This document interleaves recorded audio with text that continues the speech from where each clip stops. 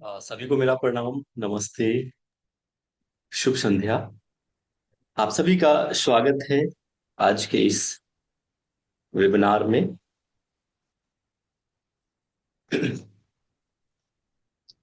Please settle down. I think Hindi is good. यहाँ पे ज्यादातर लोग हिंदी भाषी हैं, तो मैं हिंदी ही चूज करूंगा। एक बार फिर से सभी का स्वागत, अभिनंदन, सभी को मेरा प्रणाम, हरिओम। अ, मेरी आवाज क्लियर आ रही है? साउंड आ इज रही जी ओके? क्लियर आ रही है आ रही फर्स्ट। है। जी जी। राजीव सर नमस्कार सर। नमस्कार तारकनाथ जी, बहुत बहुत आपको बधाई हो आज की। सर नमस्ते धन्यवाद सर। सर, आपको भी नमस्ते नमस्ते नमस्ते। कैसे हो? क्योंकि बढ़िया। कार्यक्रम को शुरू करते हैं। कोशिश करेंगे कार्यक्रम के दौरान सभी लोग अपने माइक म्यूट रखेंगे।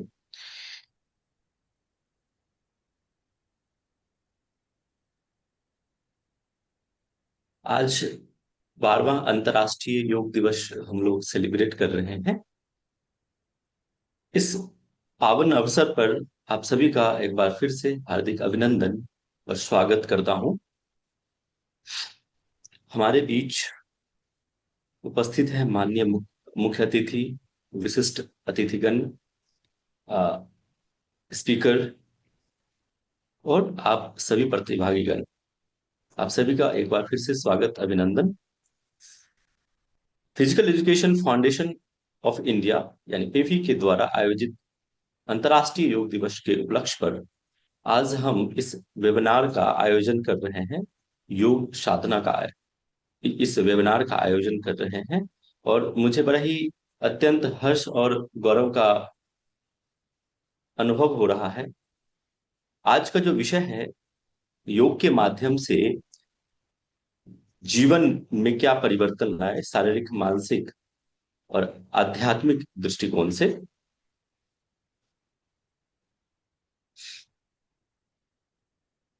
आज योग केवल शारीरिक व्यायाम नहीं है, बल्कि जीवन जीने की एक कला है, जैसा कि हम लोग सभी जानते भी हैं। यह हमारे शरीर, मन, आत्मा के बीच सामंजस्य स्थापित करता है। इसी कोशिश में हमने मैं अपने सारे विशिष्ट अतिथिगण और स्पीकर का भी ध्यान केंद्रित करना चाहूंगा कि हमने लगातार 21 दिनों तक फ्री योग साधना का अभ्यास कराया है, लगातार बिना छुट्टी किए, सैटरडे संडे इवन। और बहुत ही अच्छे ढंग से हमारे प्रतिभागी जो हैं जुड़े हैं और अच्छी मात्रा में जुड़े हैं। करीब लगातार 60 से भी ज्यादा प्रतिभागी सुबह उठकर 5:30 बजे उठकर उन्होंने योग का अभ्यास किया। ये बहुत ही साधुवाद के पात्र हैं।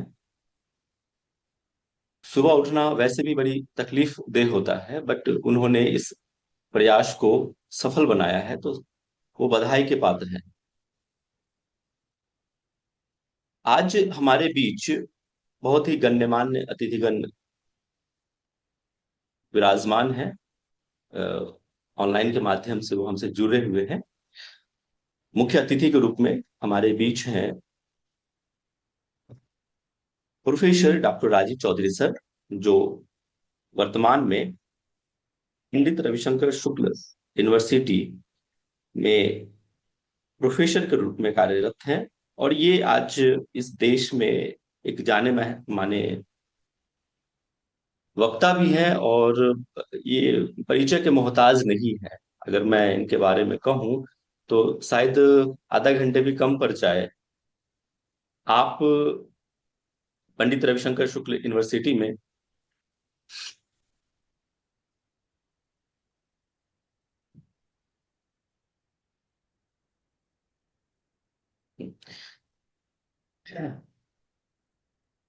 प्रोफेसर के रूप में कार्य कर रहे हैं, डीन एकेडमिक्स हैं, सोशल वेलफेयर के हेड भी हैं।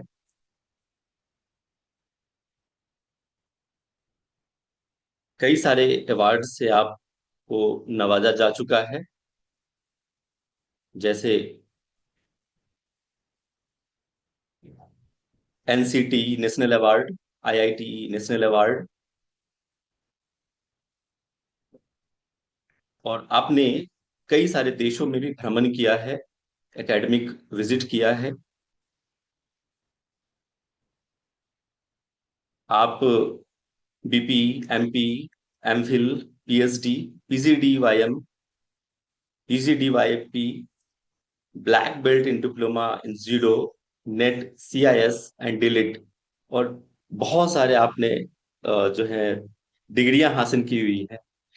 तो अ, और भी बहुत कुछ है आपके बारे में बताने को। तो समय को, सीमा को देखते हुए मैं आगे बढ़ूंगा, और हमारे विशिष्ट अतिथि के रूप में हमारे बीच उपस्थित हैं डॉक्टर तारक नाथ प्रमाणिक जी। आप प्रोफेसर हैं IGIPESS, दिल्ली विश्वविद्यालय। DGP Gautam life time achievement award से आपको नवाजा जा चुका है। आप बहुत ही प्रतिष्ठित योग के वक्ता भी हैं। आज हमारे स्पीकर के रूप में बहुत ही प्रतिष्ठित श्री तरुण शर्मा जी। आप स्पोर्ट ऑफिसर हैं, बिमटेक, ग्रेटर नोएडा, जिन्हें शारीरिक शिक्षा और योग खेल विज्ञान के क्षेत्र में बड़ा ही रोचक कार्य आपने किया है। अगले स्पीकर है हमारे श्री योगेंद्र श्री कुशवाहा जी। आप संस्थापक हैं योगी योग क्लासेस के, जो ग्वालियर में स्थित है, एवं सचिव हैं पेफी के मध्य प्रदेश चैप्टर के। आप अनुभवी शिक्षाविद एवं युवा प्रतिभाओं के मार्गदर्शक भी हैं। मैं आप सभी गणमान्य का आज इस ऑनलाइन वेबिनार में आपका स्वागत करता हूं, अभिनंदन करता हूं। कार्यक्रम के बारे में थोड़ा ब्रीफ हम जानते हैं। ये एक साधना, योग साधना का उद्देश्य विश्व भर में योग के प्रति जागरूकता जागरूकता बढ़ाना तथा युवाओं को योगासन एवं स्वस्थ जीवन शैली के लिए प्रेरित करना है। इस वेबिनार के माध्यम से हमारा प्रयास है कि समाज में स्वस्थ, अनुशासन, फिटनेस और संतुलित जीवन शैली के महत्व को और आगे और प्रभावी ढंग से विश्व भर में बढ़ाना है।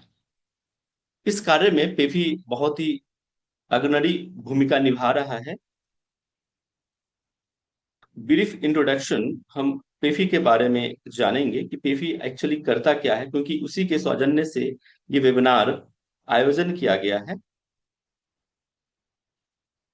Physical education foundation of India, यह एक अग्रणी अग्रणी राष्ट्रीय खेल प्रोत्साहन संगठन है, और इसे मान्यता प्राप्त है एनएसपीओ का, यानी नेशनल स्पोर्ट्स प्रमोशनल ऑर्गेनाइजेशन, जिसे युवा कार्यक्रम एवं खेल मंत्रालय भारत सरकार द्वारा मान्यता प्राप्त है। खेल, शारीरिक शिक्षा, फिटनेस एवं स्वास्थ्य संवर्धन के क्षेत्र में उत्कृष्ट योगदान के लिए पेफी को भारत सरकार के द्वारा राष्ट्रीय खेल प्रोत्साहन अवार्ड से भी नवाजा जा चुका है। पेफी का उद्देश्य देश में शारीरिक शिक्षा, खेल, योग, विज्ञान, फिटनेस एवं शारीरिक और मानसिक स्वास्थ्य जीवन शैली को बढ़ावा देकर एक स्वस्थ भारत का निर्माण करना है। ये कई इसके कई क्षेत्रों में कार्य चल रहे हैं।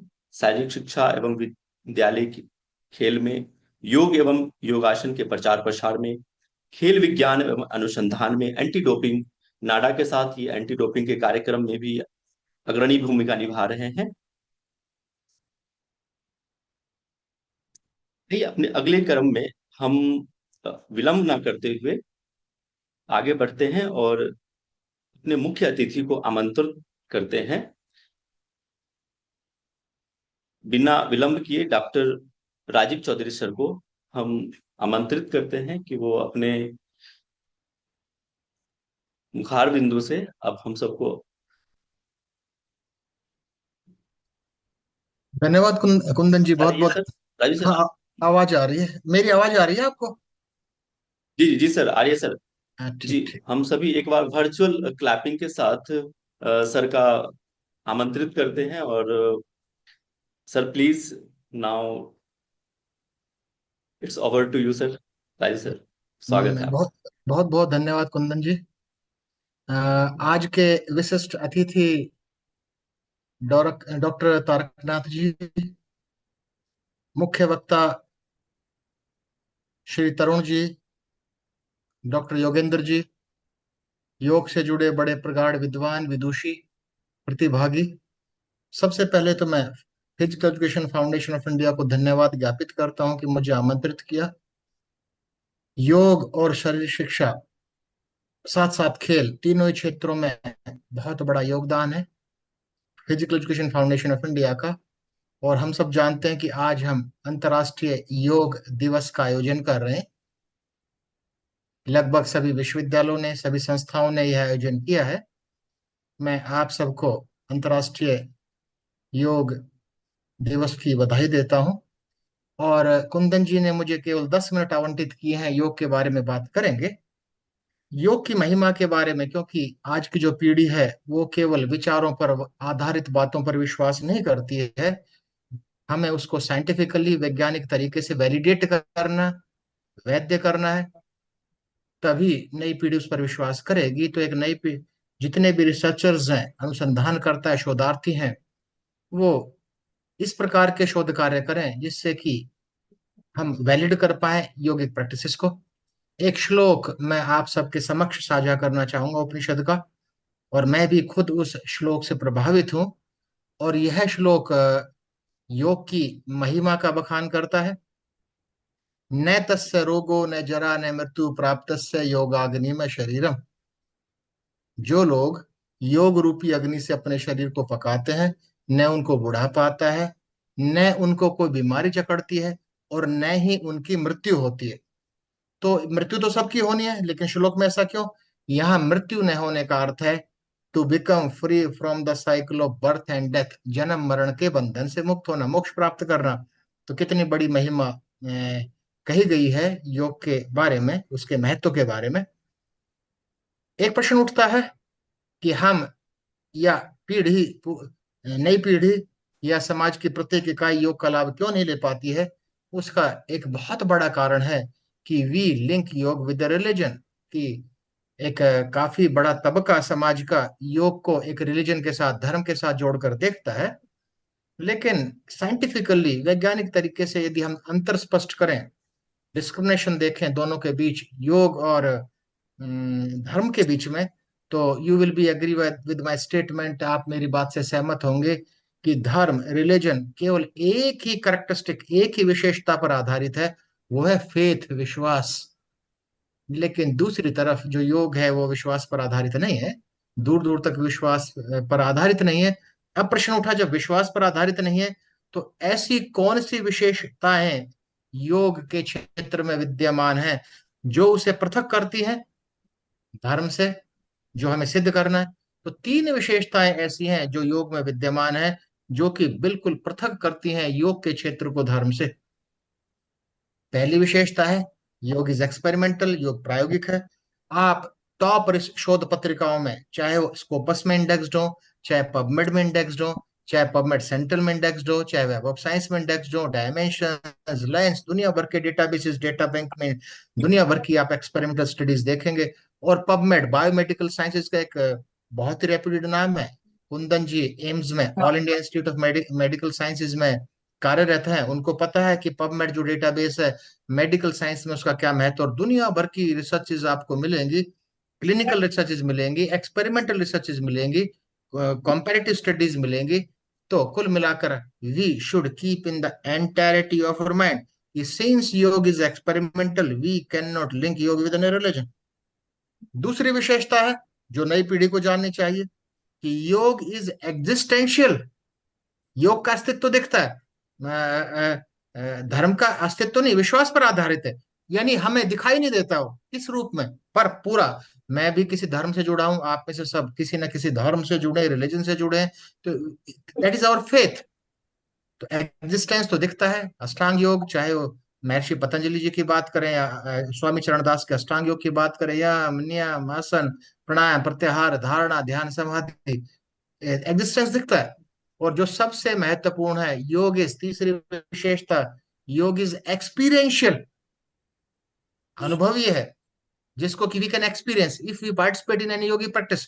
फॉर एग्जाम्पल, उदाहरण लीजिए आप, अनुलोम विलोम प्राणायाम, 2 4 5 10 रिपीटेशंस लगाएंगे, स्पॉन्टेनियस इफेक्ट, तत्काल प्रभाव दिखाई देते हैं, और केवल तत्काल प्रभावों तक सीमित नहीं है, उसके डिलेड इफेक्ट, दीर्घकालिक प्रभाव हमें दिखाई देते हैं, may appear after a week, after a month वगैरह।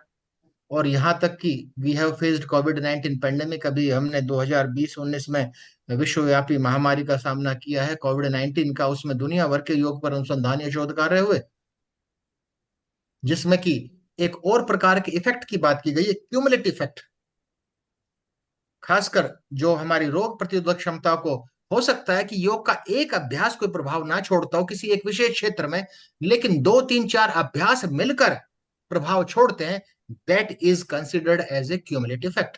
तो ये तो बहुत बड़ी बात है कि हम लिंक करके देखते हैं, लेकिन नहीं करना चाहिए लिंक रिलीजन से, यदि समाज की प्रत्येक इकाई इसका भरपूर लाभ लेना चाहती है। अब रही बात कि देश तो 1947 में आजाद हो गया था, योग अभी इतना पॉपुलर क्यों है, पहले क्यों नहीं हुआ? क्योंकि जितने भी एक ब्रिटिश रूल था, जितने भी हमारी भारतीय ज्ञान परंपराएं थी, और भारतीय ज्ञान परंपरा का एक विशेष अंग है योग, तो ब्रिटिश जो एक रूल, अंग्रेजों को एक का सोचना था, यदि भारतीय ज्ञान परंपरा को लुप्त नहीं किया तो हम ठीक से राज नहीं कर पाएंगे। कुल मिलाकर एक सेंटेंस में, एक वाक्य में कह सकते हैं, उनका उद्देश्य एक था, प्रत्येक व्यक्ति विशेष भारत का, कि शरीर से तो भारतीय बना रहे, लेकिन उसकी आत्मा में, योग में तो आत्मा का गहन अर्थ है, कोर है हमारी, उसकी आत्मा में वेस्टर्न कल्चर समा जाए। और उन्होंने भारतीय ज्ञान परंपरा को एक अंधविश्वास की श्रेणी में रखकर अलग कर दिया, और देश आजाद हुआ 1947 में। लेकिन आज तक भी उसका दीर्घकालिक प्रभाव है आज तक, और उस दीर्घकालिक प्रभाव को दूर करने के लिए भारतीय सरकार ने एनईपी 2020, राष्ट्रीय शिक्षा नीति 2020 में स्पेशल रूप से होलिस्टिक डेवलपमेंट की बात की है, समग्र विकास की बात की है। और ये समग्र विकास को एक, समग्र विकास का अर्थ है इंटीग्रेटेड डेवलपमेंट, एकीकृत विकास। अब प्रश्न उठा कि ये एकीकृत विकास किस किस का? ये एकीकृत विकास है, इंटीग्रेटेड डेवलपमेंट है, body, mind, intellect and soul, शरीर, मन, बुद्धि, आत्मा। और हम सब जानते हैं कि इन चारों क्षेत्रों पर योग का एक सार्थक प्रभाव पड़ता है। शारीरिक वृद्धि तो होती है, हम आसन करते हैं, प्राणायाम करते हैं, दूसरे अभ्यास करते हैं, शरीर सुदृढ़ होता है। शरीर, यहाँ शरीर से मेरा मन है, जन्म हुआ, उसके बाद विकास हुआ, उसके बाद स्टेग्नेशन, स्थिरता आई, मैं स्थिरता के, इस उम्र में मैं स्थिरता की अवस्था में हूँ, कुछ दिन बाद क्षीण होना शुरू होगा, अंत में कहानी खत्म, डेथ टेक्स प्लेस, जिसको कि योग की भाषा में हम कहते हैं अन्नमय कोश, सब जानते हैं हम अन्नमय कोश। And we spent most of the time of our life to glorify this physical body. अन्नमय कोश को ही केवल सुदृढ़ करने के लिए समाज की अधिकतर इकाइयां अपना अधिकतर समय स्पेंड करती हैं। एक छोटी सी कहानी, वैसे तो कुंदन जी ने मुझे एक मैक्सिमम 10 मिनट दिए हैं, कुंदन जी में पूरा प्रयास होगा 10 ही मिनट में मैं अपने वक्तव्य को एक समाप्त करूंगा। एक कहानी है छोटी सी। छोटा बच्चा था 4 5 साल का, गोवा बीच पर घूम रहा था पिता के साथ, पिता भी साथ थे। वहां गुब्बारे बेचने वाला गुब्बारा बेच रहा था, रंग बिरंगे गुब्बारे थे, और कलर्स, रंग बच्चों को आकर्षित करते हैं। रंग बिरंगे गुब्बारे सबने खरीद लिए, काले रंग का गुब्बारा किसी ने नहीं खरीदा। तो काले रंग का गुब्बारा नहीं खरीदा तो बच्चे ने देखा कि काले रंग का गुब्बारा दूसरे बच्चे, उसी की उम्र के छोटे छोटे बच्चे क्यों नहीं खरीद रहे? The child was very curious, जिज्ञासु था, जिज्ञासावश प्रश्न उठा मन में, और पिता से पूछा, पिताजी ये काले रंग का गुब्बारा उड़ता नहीं होगा, शायद इसलिए सभी बच्चों ने नहीं खरीदा। पिता ने बच्चे की उंगली पकड़ी, गुब्बारे वाले के पास गए, पैसे दिए, धागा बच्चे के हाथ में दिया, कहा छोड़ो, उड़ गया, छोड़ा तो। The child learn a new lesson, नया सीख लिया कि गुब्बारे के उड़ने में इसकी बाहरी परत से अधिक योगदान इसके अंदर। Same is applicable for us, समाज में हम सब के लिए, मनुष्य के लिए, उसकी प्रगति में उसकी बाहरी परत, अन्नमय कोश के अतिरिक्त जो आंतरिक है, प्राणमय कोश, that is connected to the physical body with subtle thread, जिसका कहानी खत्म, जिसमें की कहा की चर्चा की गई है योग में कि प्राणमय कोश, मनोमय कोश और विज्ञानमय कोश। तो वी शुड डेवलप इन, और दूसरी एक लेमन की भाषा में, we should develop internal core competencies. हम आंतरिक क्षमताओं का, आंतरिक परतों का विकास करें। फॉर एग्जाम्पल, मनोमय कोश, mental sheath, thoughts, doubts, exaltation, depression, delusion किस प्रकार के होंगे, इसकी मजबूती पर निर्भर करेगा। विद्यार्थियों के लिए विज्ञान में कोश बहुत जरूरी है। विज्ञान में कोश मीन्स डिस्क्रिमिनेशन, क्या सही है क्या गलत है उसकी पहचान, इंटेलेक्चुअल एबिलिटी, जजमेंट, अच्छा लेने की क्षमता विकसित होगी। तो एक नई पीढ़ी को ध्यान में रखना चाहिए। और शरीर की वृद्धि के साथ साथ मन का। और महर्षि पतंजलि ने तो एक स्पष्ट रूप से एक श्लोक के माध्यम से योग सूत्र में योग को परिभाषित किया है कि योगस्य चित्त वृत्ति निरोध cessation of the thought waves of mind stuff is known as yoga. चित्त की वृत्तियों को, चित्त क्या है, entirety of human mind is known as chitta. तो फिर इसलिए यह जरूर है कि it is very difficult to stop the wandering mind, लेकिन योग अभ्यास से we will be able to stop the wandering mind. Maharishi Patanjali ने, ये तो रही मन की बात। और मुझे एक याद आया, एक पंडित शिव प्रसाद त्रिपाठी, जिनको आचार्य की उपाधि मिली थी, उन्होंने अपनी कविता में मन के बारे में बड़े एक व्यंग्यात्मक तरीके से कहा है, मन से बड़ा बहरूपी ना कोई, पल पल रचता स्वांग निराले। It means there is a duality in the mind. योग में भी उल्लेखित है, अच्छा सोचता है तो बुरा भी सोचता है। तो we should control the mind, and while practicing yoga we can control the mind. और कठोपनिषद में स्पष्ट रूप से उल्लेखित है, एक रथ उपमा से प्रेरित होकर ही पंडित शिव प्रसाद त्रिपाठी जी ने यह कविता लिखी थी। कठोपनिषद में क्या है कि रथ उपमा क्या है, कि रथ शरीर है, रथ ही हमारी आत्मा है, और घोड़े हमारी इंद्रियां हैं, और जो लगाम है या सारथी है वो हमारा मन है। सारथी कुशल नहीं होगा तो घोड़े रथ को पता नहीं कहाँ ले जाएंगे, क्या दुर्दशा कर देंगे उस रथ की, हम सब जानते हैं लेमैन की लैंग्वेज में। तो ये ध्यान रहे। अंत में एक बात मैं और कहना चाहूंगा कि बड़े बड़े प्रगाढ़ विद्वान, बड़ा बड़ा संवेदनशील टिप्पणी है, बड़े बड़े प्रगाढ़ विद्वान समय समय पर पैदा हुए, उन्होंने अपने व्यक्तिगत विचार योग के क्षेत्र में उड़ेल दिए। तो we should study, we should study standardised literature. हमें स्तरीय साहित्य को पढ़ना चाहिए। जो लोगों के व्यक्तिगत विचार उड़ेल दिया जिस लिटरेचर में, उस लिटरेचर को नहीं, स्तरीय साहित्य पर ध्यान देना चाहिए, यदि हम योग के बारे में ठीक प्रकार से जानना चाहते हैं। अलग अलग है योग से। हम सब जानते हैं कि every individual is born with the spiritual ability quality. हम सब, हर व्यक्ति विशेष समाज की आध्यात्मिक शक्तियों के साथ पैदा हुआ है, और योग उन आध्यात्मिक शक्तियों को उजागर करता है।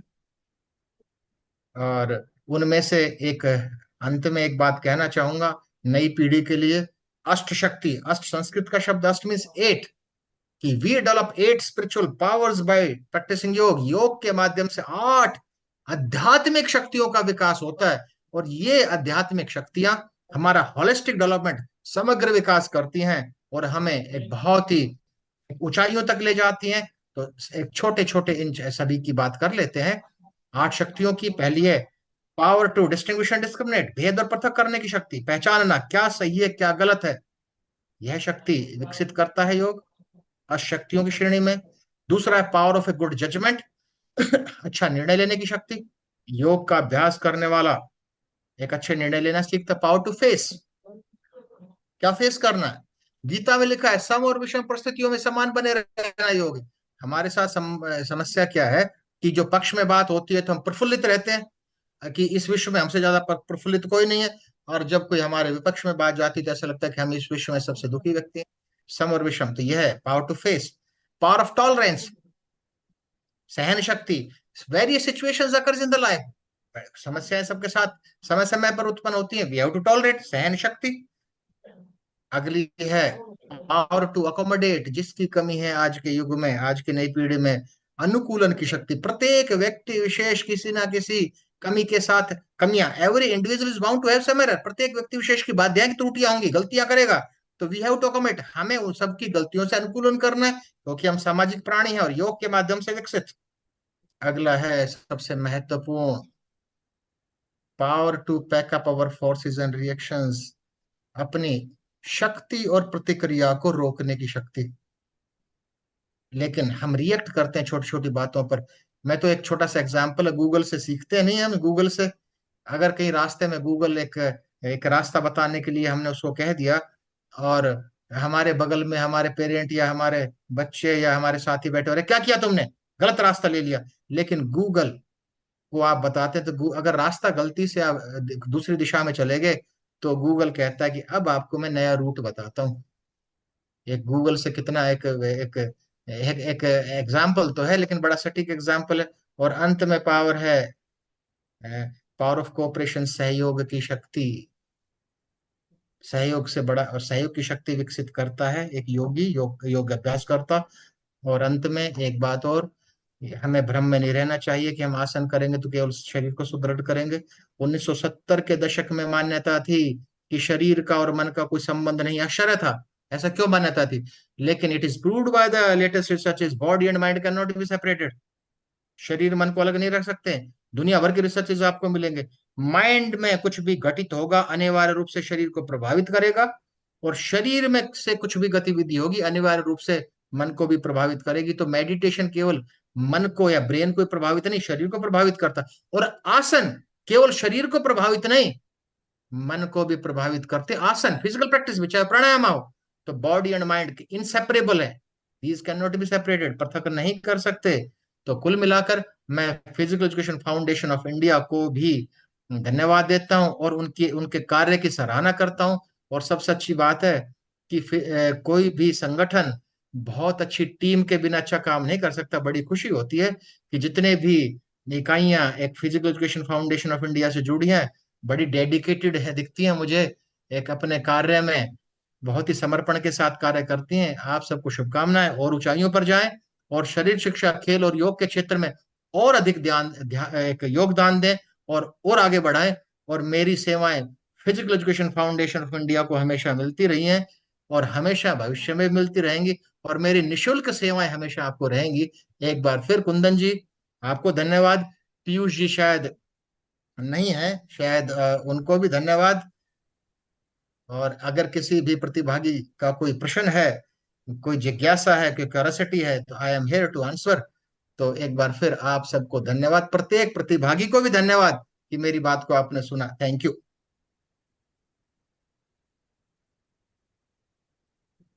बहुत बहुत धन्यवाद सर, आपके इस प्रेरणादायक मार्गदर्शन के लिए। जहां तक मैं जानता हूं सर, आपको 10 मिनट बहुत कम है, और ये आपके हर एक शब्द एक मोती के समान होते हैं। और मैं भी भूल गया था कि सर आपको 10 मिनट ही बोलने हैं। एक्चुअली मैं भी यूं कहूँ कि हिप्नोटाइज हो गया था आपकी बातों से, और मैं बस सुनता ही रहा। और मेरे विचारों से आप सब भी सहमत होंगे। सर के कई सारे रिसर्च पेपर भी हैं, आप उनको देख सकते हैं। शोध पे बहुत अच्छा कार्य किया है सर ने।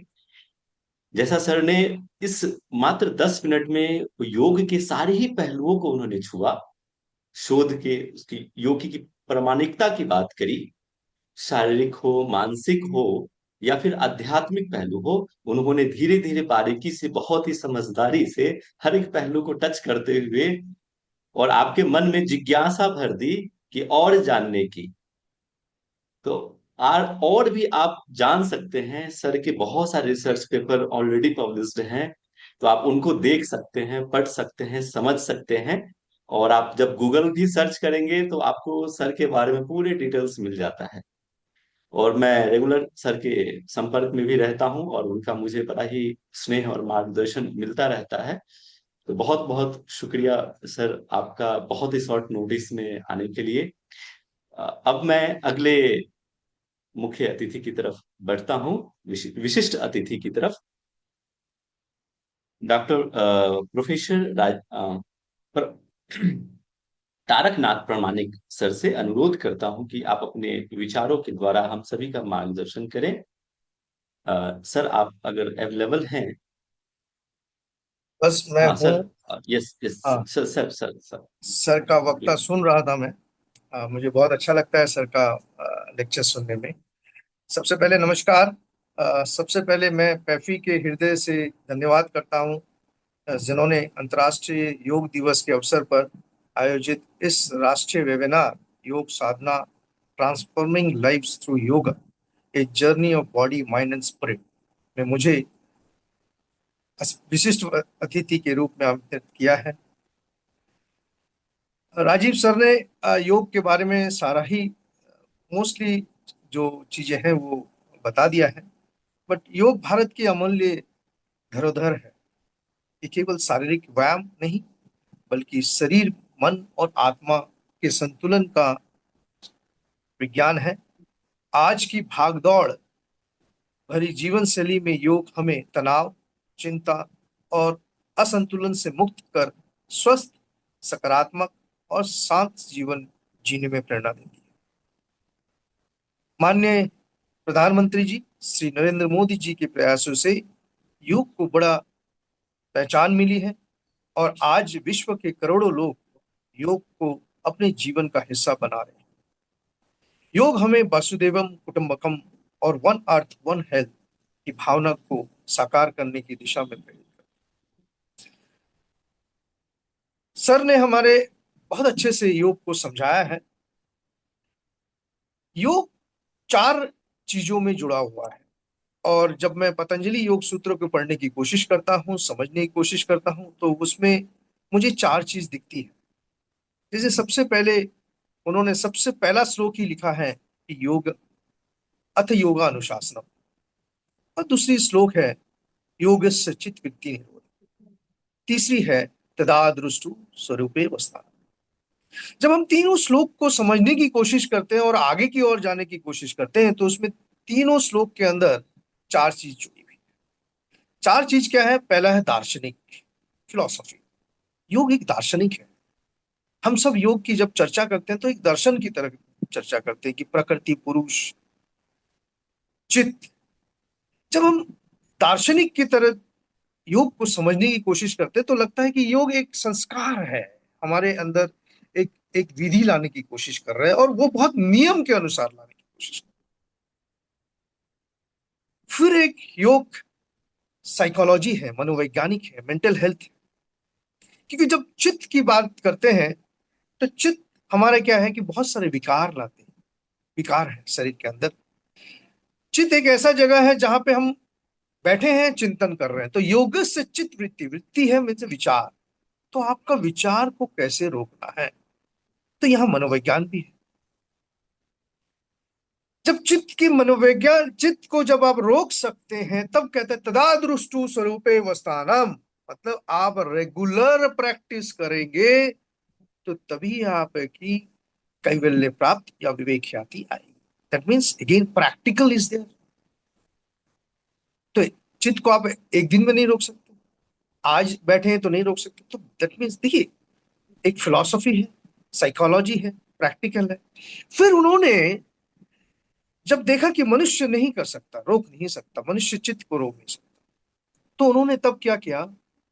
8 अंगों का अनुष्ठान किया। तब उन्होंने बोला यम, नियम, आसन, प्राणायाम, प्रत्याहार, धारणा, ध्यान, समाधि। तो बोले देखिए, संस्कार विधि है यम नियम। जैसे संस्कार में आए आप उस संस्कार को योग के नियम के अनुसार चलिए। तो अहिंसा, सत्य, अस्त्य, ब्रह्मचार्य, नियम में शौच, संतोष, तो ये संस्कार है। देखिए, हम जब घर में रहते हैं ये संस्कार से।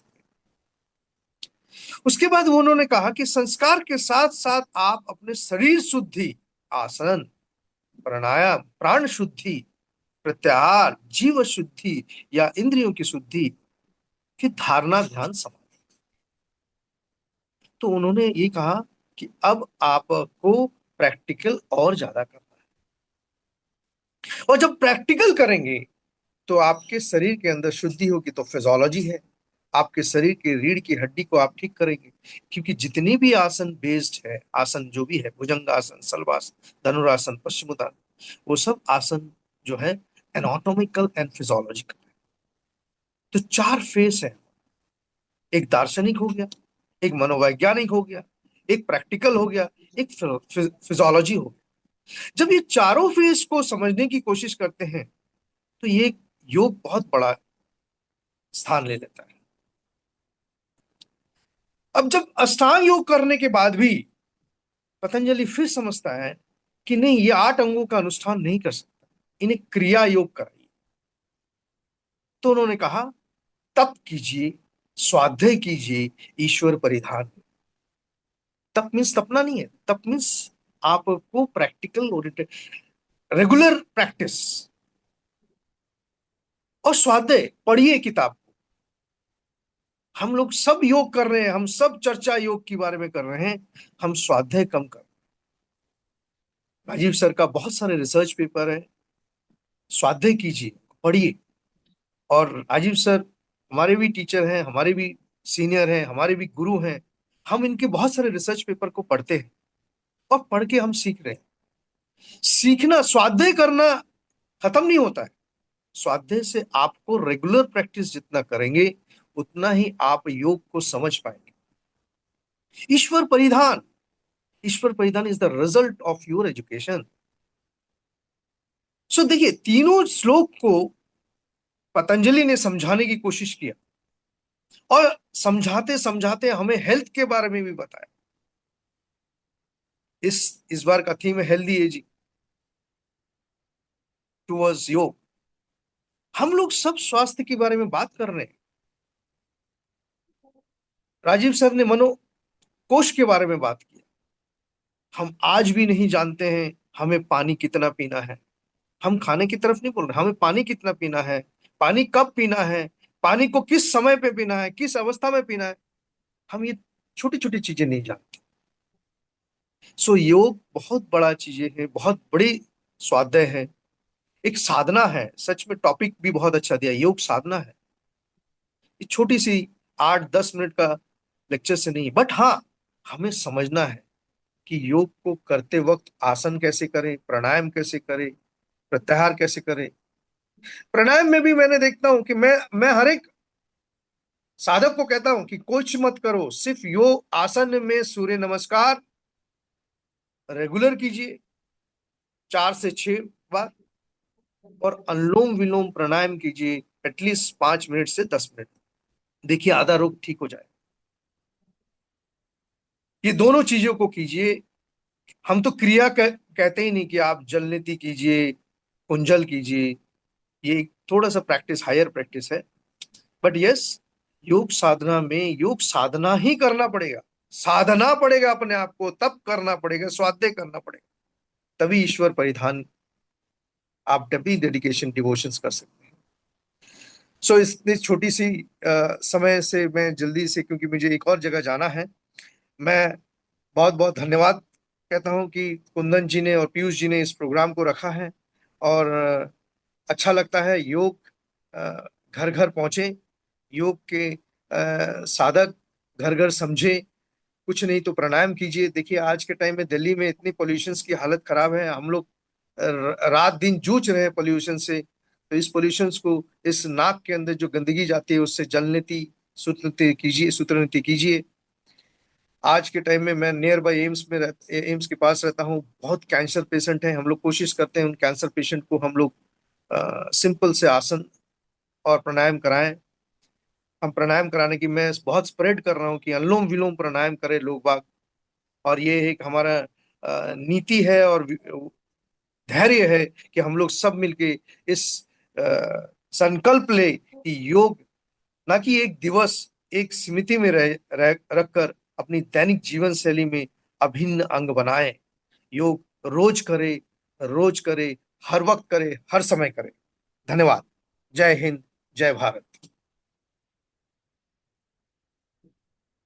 बहुत बहुत धन्यवाद तारक सर, आपके इस अमूल्य अ, मार्गदर्शन के लिए। आपने बड़े अच्छे से ढंग से योग दर्शन को व्यवहारिक दृष्टिकोण से समझाने का प्रयास किया। बहुत बढ़िया। एक वाक्य आज मुझे याद आ रहा है। जैसे राजीव सर ने अनुलोम विलोम की चर्चा करी, आज सुबह सुबह जब प्रोग्राम मुझे एम्स में कराना था, तो मेरा प्रोग्राम से पहले एक अंदर से एंजाइटी सी कभी कभी मुझे हो जाती है। इस प्रोग्राम से पहले भी मुझे हो रही थी कि करना है और अच्छे ढंग से इसको सफल भी बनाने का प्रयास करना है। तो सुबह जब ऐसा हुआ तो हमने पूजा करके और हमने सीधा अनुलोम विलोम का अभ्यास किया। जैसा सर ने बताया कि तत्कालिक इफेक्ट, और हमने with in a 5 minute I feel the change inside. मैंने वो अनुभव महसूस किया। जब आपको एंजाइटी होती है तो आपके पेट में भी गुड़गुड़ सा महसूस होता है, आपके मन बेचैन होता है। और ऐसा ही सुबह भी हो रहा था हमारे साथ। और 5 मिनट अनुलोम विलोम किया और फिर हम चार्ज्ड हो गए इस प्रोग्राम के लिए। तो ये तत्कालिक प्रभाव है। और योग तो लॉन्ग टर्म इफेक्ट तो देता ही है। आज हम सभी इस वेबिनार में एक शख्स को मिस कर रहे हैं। वो है, क्योंकि उसके बिना ये प्रोग्राम अधूरा था, बट किसी कारण बस वो हमारे बीच नहीं है फिलहाल। Doctor Piyush Jain sir, it's honour to doctor Piyush Jain sir. And वो हमारे फिजिकल एजुकेशन फाउंडेशन इंडिया के सूत्रधार हैं। वो अध्यक्ष हैं, राष्ट्रीय अध्यक्ष के रूप में कार्य कर रहे हैं। और सभी फिजिकल एजुकेशन टीचर्स को जोड़ने का काम, एक सूत्र में बांधने का काम उन्होंने किया है। तो मैं उनका भी बहुत बहुत आभार व्यक्त करता हूं सर का। ऐसे ही प्रोग्राम से पहले जो ये 21 दिवसीय साधना कर्म जो लगातार चल रहा था, जनरली ज्यादातर जो योग की कक्षाएं ये फ्री में चलता है, 1 सप्ताह या 10 दिन से मैक्सिमम चलता है। और हमने कहा कि नहीं, मैंने सर से रिक्वेस्ट किया कि कोई भी चीज को आदत लगने में 21 दिन लगते हैं। तो हमने कहा कि इस बार लोगों को आदत डालनी है। और हमने 21 दिन का कंटिन्यू ये साधना, 21 दिवसीय योग साधना सत्र का आयोजन किया। आज हमारा 21वां दिन है। और मैं ये आशा करता हूँ, ये आपने लगातार जिन्होंने भी 20 दिन का अभ्यास किया है, वो आज भी जरूर अभ्यास किए होंगे। चलिए, आज हम अगले वक्ता की तरफ बढ़ते हैं। हमारे अगले वक्ता हैं तरुण शर्मा सर। आप आपसे अनुरोध है कि आप अपने ज्ञान एवं अनुभव का हम सभी के साथ साझा करें। और हम आपके सुनने को भी बेसब्री से इंतजार कर रहे हैं। आप भी बहुत ही अच्छा बोलते हैं। और हम इंतजार में हैं कि आप आए और अपने अनुभव को हम हमारे बीच साझा करें। Arun sir, welcome. बहुत बहुत धन्यवाद कुंदन जी। बहुत अच्छा वक्तव्य डॉक्टर तारकनाथ सर ने बोला, और राजीव सर तो हमेशा उनके मार्गदर्शन हम लेते ही रहते हैं। आप सभी का बहुत बहुत स्वागत है। जितने भी श्रोतागण हैं, आदरणीय श्रोतागण, आप सभी को मेरा सादर प्रणाम और बहुत बहुत शुभकामनाएं। कुंदन जी, आपको और फिजिकल एजुकेशन फाउंडेशन इंडिया को भी, जिन्होंने ये 21 दिन का सत्र लगातार किया। और आप सभी को अंतर्राष्ट्रीय योग दिवस की हार्दिक शुभकामनाएं। तो आज जिस टॉपिक पे या जिस विषय पे मैं बोलना चाहता हूं वह है ध्यान। क्योंकि राजीव सर ने पहले ही उसका थोड़ा हिंट दे दिया कि हमारा जो जीवन या शरीर रूपी रथ है, उसका जो सारथी है वह मन और मस्तिष्क है। तो मन और मस्तिष्क को हम कैसे ट्रेन करें, उसको कैसे अपने अच्छे सारथी के रूप में प्रयोग करें, वह कला भी आनी चाहिए। तो आज हम ऐसे विषय पे बात करेंगे जिसकी प्रासंगिकता आज के इस भागदौड़ भरे जीवन में सबसे ज्यादा है, जिसको बोलते हैं ध्यान या मेडिटेशन।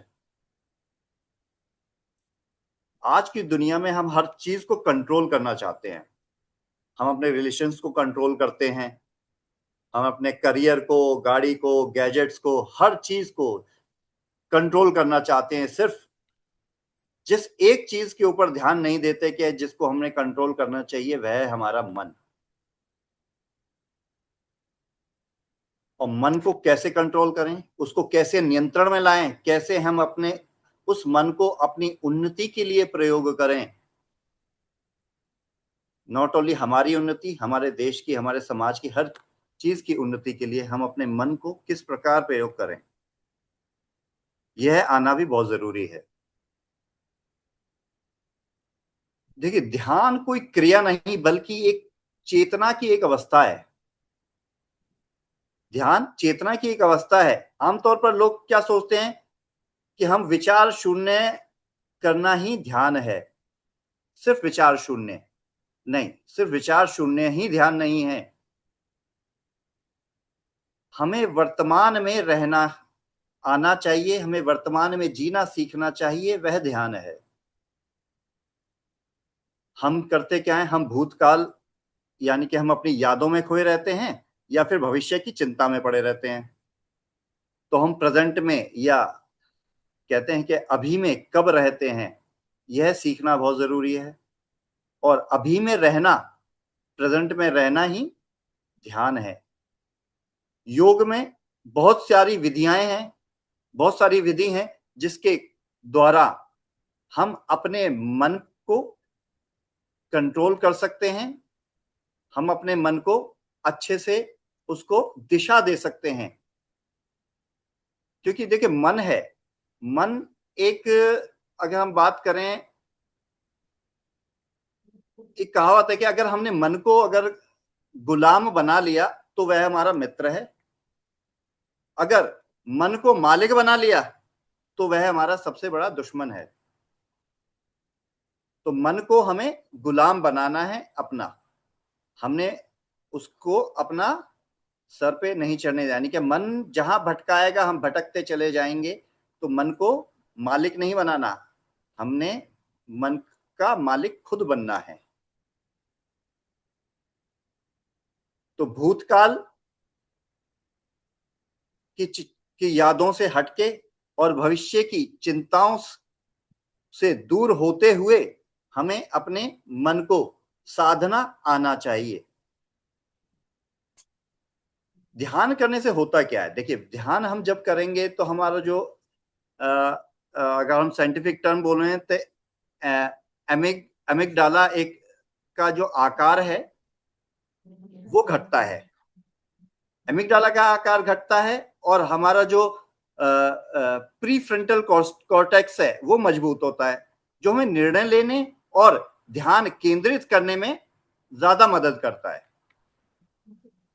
तो ध्यान कैसे करें, आपने कहावत सुनी होगी, जब हम पढ़ते हैं, लिखते हैं या कोई भी चीज करते हैं, या ज्यादातर हम बच्चों को बोलते हैं बेटा ध्यान से, बेटा ध्यान से चलो, बेटा ध्यान से पढ़ो, बेटा ध्यान से खाइए, बेटा ध्यान से साइकिल चलाइए।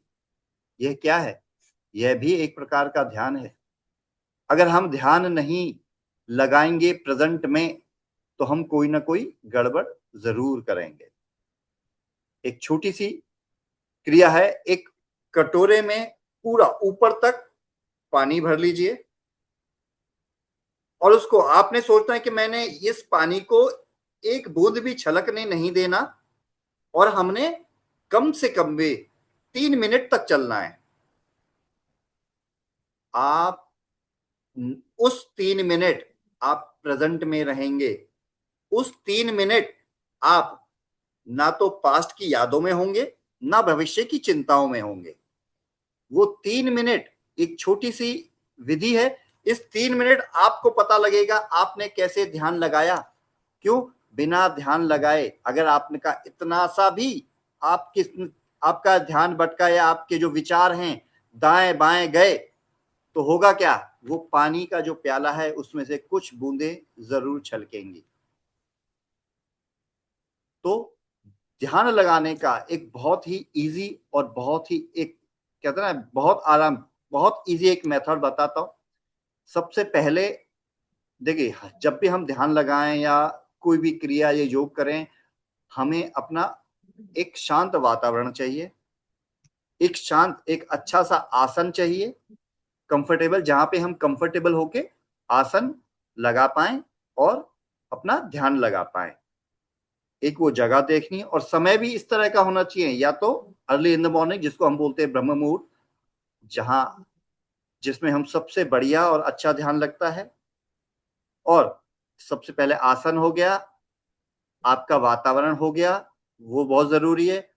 आपने सिर्फ और सिर्फ अपनी सांसों पर ध्यान लगाना है। सबसे पहले आपने आंखें बंद करनी है, आपने सिर्फ अपनी सांसों को देखना है कि आपकी सांस किस प्रकार अंदर आ रही है और बाहर जा रही है, सिर्फ और सिर्फ सांसों पे। जैसे जैसे आप सांसों पर ध्यान लगाना शुरू करेंगे, फिर धीरे धीरे इस उस श्वास के जो स्पर्श है, वो जो टच है उस श्वासों का, आप उनको महसूस करने की कोशिश कीजिए कि आपके नाक के द्वारा होते हुए नाक की अंदरूनी दीवारों को वह श्वास, वह हवा, वह टच करते हुए, स्पर्श करते हुए किस प्रकार आपके गले से होते हुए चेस्ट और चेस्ट से पेट की तरफ जा रही है, और उसी प्रकार पेट से चेस्ट, चेस्ट से गला, गला से नाक के द्वारा दूषित हवा बाहर आ रही है। पहले आपने सांसों पर ध्यान लगाया, फिर आपने उसके स्पर्श को देखा, वह टच कर रही है, नाक के अंदरूनी दीवारों पे टच किया, गले पे टच किया, चेस्ट पे टच किया, और फिर अंदर पेट की ओर गई। उसी प्रकार जब आपने श्वास अंदर लिया, आपका चेस्ट थोड़ा ऊपर आया, कंधे ऊपर आए, पेट ऊपर आया, उसका जो उभार है उस पे भी पूरा का पूरा ध्यान केंद्रित करते हुए उसको महसूस करना है। और थर्ड स्टेज ये है कि जब आप श्वास अंदर ले रहे हैं, उसके तापमान को आपने महसूस करना है। जब आपने श्वास अंदर लिया और जब आपने श्वास छोड़ा, उनके तापमान में कितना डिफरेंस है। जब आपने श्वास अंदर लिया था और जब आपने श्वास छोड़ा था, उनके तापमान में बहुत फर्क होगा। जब आपने श्वास अंदर ली वह थोड़ी ठंडी थी, जब आपने बाहर छोड़ा वह अपेक्षाकृत थोड़ा गर्म थी। जैसे जैसे आप अपने आप को कॉन्शियसनेस की तरफ लेके आएंगे, आपका ध्यान लगना शुरू होगा। ये पहली अवस्था है। उसके बाद मुद्राएं आती हैं। आप कोई फैंसी मुद्रा, कुछ मैं सिर्फ और सिर्फ एक ज्ञान मुद्रा रखिए। ये स्टार्टिंग की बता रहा हूं मैं आपको। सिर्फ एक और ज्ञान मुद्रा में आप आराम से बैठिए और आप सिर्फ और सिर्फ अपने श्वासों के आवागमन पर अपने ध्यान को केंद्रित कीजिए। जैसे जैसे आप अपने श्वासों पर ध्यान केंद्रित करेंगे, आप जो एक्सपीरियंस करेंगे वो धीरे धीरे 1 मिनट, 2 मिनट, 3 मिनट, इस तरह से उसका जो समय है वो बढ़ाते जाइए। ध्यान भटकेगा, आपका मन इधर उधर दाएं बाएं जाएगा, लेकिन कोई बात नहीं, उसको वापस खींच के अपनी श्वासों पर लेके आना है। एक और विधि है। एक तो आपने मौन रह के ये ध्यान किया, एक आप ओम या किसी भी मंत्र उच्चारण के द्वारा भी अपने ध्यान को केंद्रित कर सकते हैं। राइट? गहरी सांस आपने ली और श्वास छोड़ते हुए आपने ओम का उच्चारण शुरू किया। धीरे धीरे इसका समय बढ़ाते जाइए। आप गहरे ध्यान में चलते जाएंगे। आप अपने मन रूपी सारथी पे या आप कंट्रोल कर पाएंगे। मन और मस्तिष्क को अपना सारथी बनाइए, उस पे कंट्रोल कीजिए। आपको कोई प्रश्न हो तो मैं भी ले सकता हूं ध्यान के ऊपर।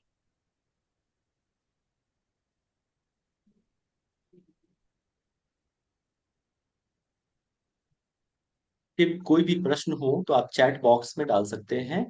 राजीव सर से, तारक सर से, या फिर हमारे अगले वक्ता योगेंद्र सर से या तरुण सर से कोई भी प्रश्न आप पूछना चाहें तो आप चैट बॉक्स में डाल दीजिए। फिर सेशन के एंड में आप कोई भी प्रश्न है आप पूछ सकते हैं हमारे विशिष्ट अतिथिगण, मुख्य अतिथि से और वक्ताओं से। बहुत बहुत धन्यवाद तरुण सर आपके इस उद्घोषण के लिए। Thank you. मैं आपका आभार व्यक्त करता हूँ। बड़ा ही ध्यान के विधियों को आपने बड़े अच्छे ढंग से समझाया, बताया। ध्यान की विधियों को आपने बारीकी ढंग से बताया। ध्यान कैसे करें, पूरी अवेयरनेस श्वास के माध्यम से आपने इस पे प्रकाश डाला। एक श्लोक मुझे याद आ रहा है कि चले वातम चले चित्तम निश्चले निश्चलम भवेत, कि वायु के चलायमान होने से मन भी हमारा चंचल हो जाता है और वायु के स्थिर होने से हमारा चित्त भी, मन भी स्थिर हो जाता है। तो प्राणायाम का अभ्यास ध्यान में आपके बहुत ही, जब आप अष्टांग योग की तरफ आप जाते हैं, देखते हैं, तो वहां पे भी अष्ट अंग, सबसे पहले यम नियम आसन प्राणायाम प्रत्याहार। तो प्राणायाम से पहले, सॉरी, ध्यान से पहले प्राणायाम की विधि बताई गई है कि पहले प्राणायाम को साधिए। फिर प्राणायाम कैसे साधेगा, तो पहले आपको सारे यम नियम आसन, इन सब चीजों को साधना है, तब जाके फिर आपको ध्यान की, बहुत ही अच्छे ढंग से तनु सर ने हम सबको ध्यान के विषय में बताया। और ध्यान बहुत जरूरी है अपने जीवन को बेहतर बनाने के लिए। अब हम अपने अगले वक्ता श्री योगेंद्र कुशवाहा जी से अनुरोध करता हूं कि वो अपने विचार प्रस्तुत करें और अपने अनुभव हम सबके साथ साझा करें। श्री योगेंद्र कुशवाहा जी। थैंक यू कुंदन जी।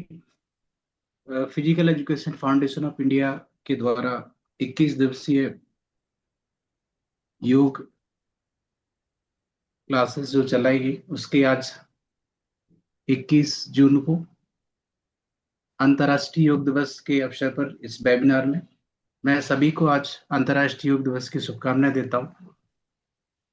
इस वेबिनार में आज की मुख्य अतिथि मेरे सीनियर और मेरे काफी सारे, जब अपनी जर्नी शेयर करूंगा तो उसमें काफी सारी सर ने मदद की है।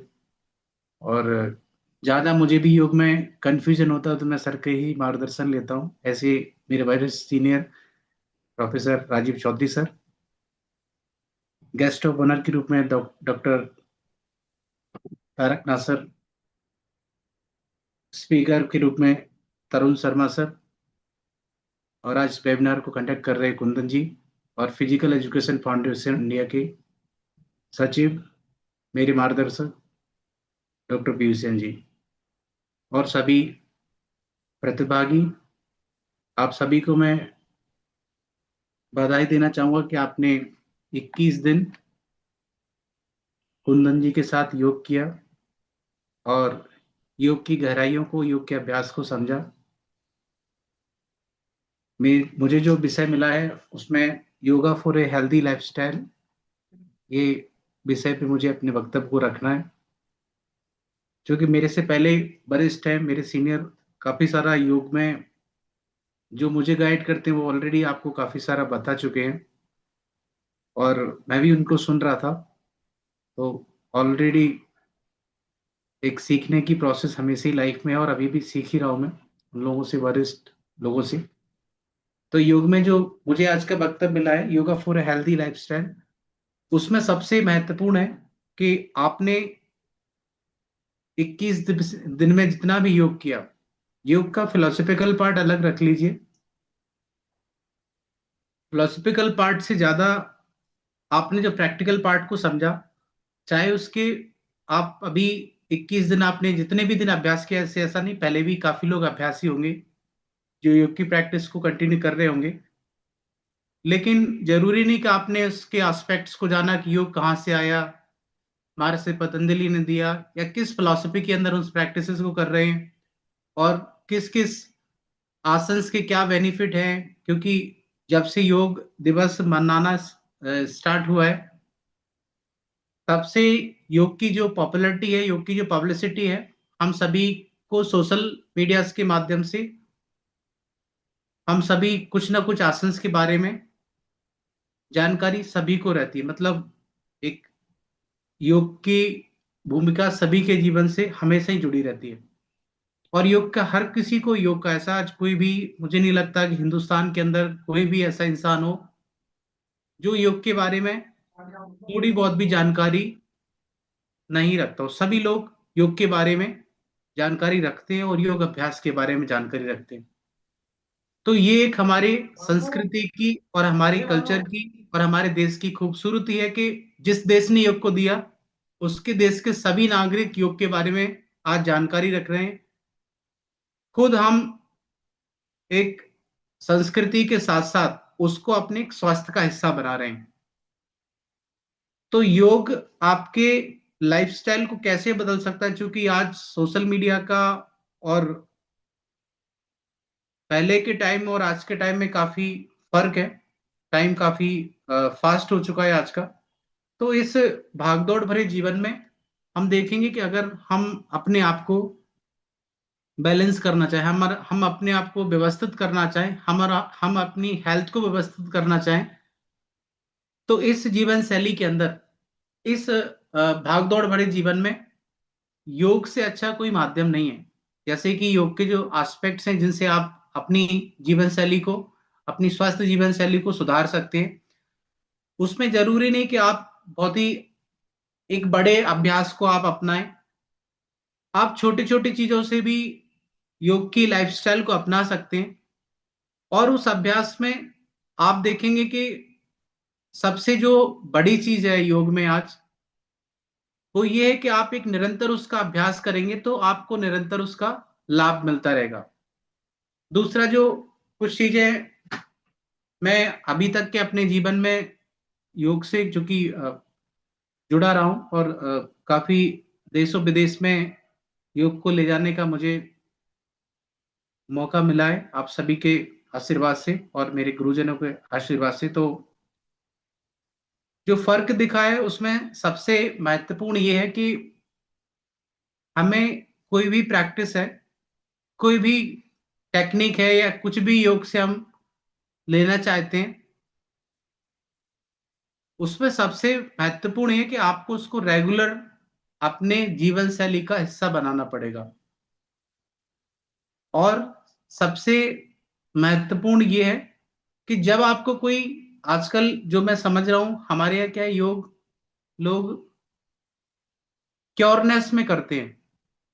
अगर हम योग को प्रिवेंशन में करेंगे तो हमको ज्यादा बेनिफिट मिलेंगे। मतलब हमें वहां तक, जिस डिसीज के लिए, जिस भी परेशानी के लिए अगर हम योग को कर रहे हैं, तो उस परेशानी तक हम पहुंचेंगे ही नहीं। योग की कार्यशैली ऐसी, योग अपनी जीवन शैली को इतना अच्छा निखार के लाएगा कि आपको क्योरनेस की आवश्यकता ही नहीं पड़ेगी। आप उस डिसीज के उस लेवल तक पहुंचोगे ही नहीं। आप पहले से ही अगर प्रिवेंशन में प्रैक्टिसेस करें तो आप ऑलवेज एक हेल्दी लाइफस्टाइल को अडॉप्ट करेंगे एंड आप सभी डिसीज से फ्री रहेंगे। आज के समय में जिस तरीके से हमारे पास टेक्नोलॉजी कह लो और जितने भी भौतिक चीजें हम बढ़ाते जा रहे हैं अपनी लाइफ के अंदर, उसके साथ साथ जिस तरीके से टेक्नोलॉजी ग्रो कर रही है, the same thing, the same hand, आप दूसरे साइड देखेंगे तो बीमारियां भी बहुत तेजी से बढ़ रही हैं। और उन सभी बीमारियों का जो मेजर रीजन है, वो मेजर रीजन है कि हमारी जो दिनचर्या है वो डिस्टर्ब है। और दिनचर्या के साथ साथ हम अपने लाइफ में या लाइफ के फेसेस में जिस तरीके का तनाव आज हर किसी के जीवन में है, this is a biggest reason for any kind of disease or any kind of stress or any kind of trauma in life, either is psychological। तो इस तभी तरीके के लाइफ में अप एंड डाउन्स जब भी आ रहे हैं, तो जो हमारी योग जीवन शैली के, मतलब करंट के टाइम में जितनी भी सुख सुविधा के साथ साथ जो डिसीज बढ़ रही है, उसका बिगेस्ट रीजन यही कि हम अपनी दिनचर्या को धीमे धीमे बदलते जा रहे हैं। तो इससे बचने के लिए, जैसे आप आजकल जितने भी लाइफस्टाइल डिसऑर्डर्स हैं, चाहे उसमें आप डायबिटीज को ले लीजिए, ओबेसिटी को ले लीजिए, हाई ब्लड प्रेशर ले लीजिए, हार्ट डिसीज ले लीजिए, किडनी डिसीज ले लीजिए, लीवर डिसीज ले लीजिए, इन सभी डिसीज का माध्यम, इन सभी डिसीज का जो रीजन है वो हमारी बदलती हुई जीवन शैली है। हमने अपने आप को मॉडर्न के नाम पर काफी सारी चीजें, जो हमारी ट्रेडिशनल चीजें थी उसमें से योग भी एक है, वो हम धीमे धीमे अपने लाइफ से हमने उसको दूर रखा। राजीव सर ने बहुत अच्छा बोला था कि जब अभी सर ने अपने वक्तव्य में रखा कि अंग्रेजों ने उस समय इस तरीके की कुछ चीजें थी जो उन्होंने हमारे कल्चर को डिस्ट्रॉय किया, and they don't want to कि हम लोग अपनी कल्चर की चीजें, जितनी भी पुरानी चीजें हैं, हम उनको फॉलो करें, उनसे लाभ लें। तो वो एक बिगेस्ट रीजन है कि हम लोग अपने कल्चर को भूले, हम लोग योग कल्चर को भूले, जिसके कारण आज ये सारी डिसीजेस हमको जीवन में आ रही हो। लाइफस्टाइल डिसऑर्डर हमारे सभी आसपास के लोगों को, हमारे सभी देश के लोगों को, हमारे जो समाज के लोग हैं वो इन सभी चीजों से ग्रसित हो रहे हैं, और उनमें कोई ना कोई डिसऑर्डर आज हर फैमिली के अंदर है। हर फैमिली के अंदर लाइफस्टाइल डिसऑर्डर्स की कोई ना कोई ट्रीटमेंट चलता ही है। तो अगर हम इस ट्रीटमेंट का, अगर हम योग से निरोग चाहते हैं, अगर योग से इसको हम बदलना चाहते हैं, तो हमको सबसे पहले कुछ चीजों पे हमको वर्क करना पड़ेगा, जिसमें आपको एक अच्छे खाने की आवश्यकता है, बैलेंस डाइट लेने की आवश्यकता है। डाइट में भी काफी सारा कंफ्यूजन रहता है कि हम, जैसे मैंने अभी डाइट बोल दिया, तो डाइट से एक कुछ कुछ आज के समय में कुछ कुछ चीजों की ब्रांडिंग इस तरीके से हो गई है कि जैसे मैंने डाइट बोला तो आपको लगा कि इसमें कुछ अलग से आएगा, खाने के लिए कुछ अलग से आएगा, या फिर हमको बहुत ही साइंटिफिक तरीके से खाने की आवश्यकता है, या फिर हमको एक प्रोफेशनल गाइडेंस की आवश्यकता है कि हम तभी डाइट को फॉलो कर पाएंगे। ऐसा नहीं, हमारे पूर्वज भी खाना ही खाते थे, हमारे पूर्वज भी विदाउट किसी, मतलब इस तरीके से हमारा जो सिस्टम था कल्चर का, वो एक नॉन, हम लोग मतलब एजुकेटेड सभी तरीके से थे, लेकिन हमने जो बीच में अपना गैप लिया, हमने अपने संस्कृति को बदला, वहां पे सारा चीजें उलट पलट हुई। तो डाइट में हम अपने अपने आहार में, जिस भी रीजन में आप रहते हो, अपने रीजनेबल और सीजनेबल फूड खाइए। आप जहां पे भी रहते हो वहां पे जो आसपास आपके उग रहा है वो खाना खाइए। आपको हाई फाई फूड्स फ्रूट्स की आवश्यकता नहीं है। आप अपने जो भी आसपास है, खीरे, टमाटर, ककड़ी, जो भी आपको अपने इस तरीके के फ्रूट्स मिल रहे हैं, इनसे भी आप एक अच्छा न्यूट्रिशन बैलेंस कर सकते हैं। और न्यूट्रिशन के बैलेंस के साथ साथ आप आहार को नियमित कीजिए। मतलब आहार का ऐसा नहीं कि आपने एक दिन ब्रेकफास्ट 10 बजे ले लिया, फिर दूसरे दिन ब्रेकफास्ट का कोई अता पता नहीं है, फिर एक दिन आपने लंच 4 बजे कर लिया, 5 बजे कर लिया, फिर आपने डिनर एक दिन 12 बजे किया, फिर एक दिन आपको योग की याद आ गई तो आपने डिनर 5 बजे कर लिया, फिर 7-8 दिन। तो डिस्टर्बिंग इस तरीके का नहीं होना चाहिए। आपको सिस्टमेटिक वे में खाना लेना पड़ेगा। एक खाने का भी समय आपको बदलना पड़ेगा। हाँ कि मैं ब्रेकफास्ट मॉर्निंग में 7 से 8 के बीच में ले लूंगा, और लंच का एक टाइम रखिए, और डिनर का भी अपना एक टाइम रखिए, जब तक आप सोने और खाने में थोड़ा सा गैप रखें। आइडियली कि आप अपना टाइम सेट कर लें, 5, 6, 7 बजे तक आप अपना डिनर कर लें, और जैसे भी आपको आपकी सुविधा अनुसार, क्योंकि काफी सारे लोग वर्किंग में रहते हैं तो वो कुछ रूटीन्स को फॉलो नहीं कर पाते, लेकिन उस रूटीन्स के बीच में आप कुछ ना कुछ तो ऑप्शंस निकालिए हेल्दी लाइफस्टाइल अडेप्ट करने के लिए, क्योंकि आप काम नहीं छोड़ सकते, लेकिन इस तरीके की जीवन शैली अपना के आप अपने आप को स्वस्थ रख सकते हैं।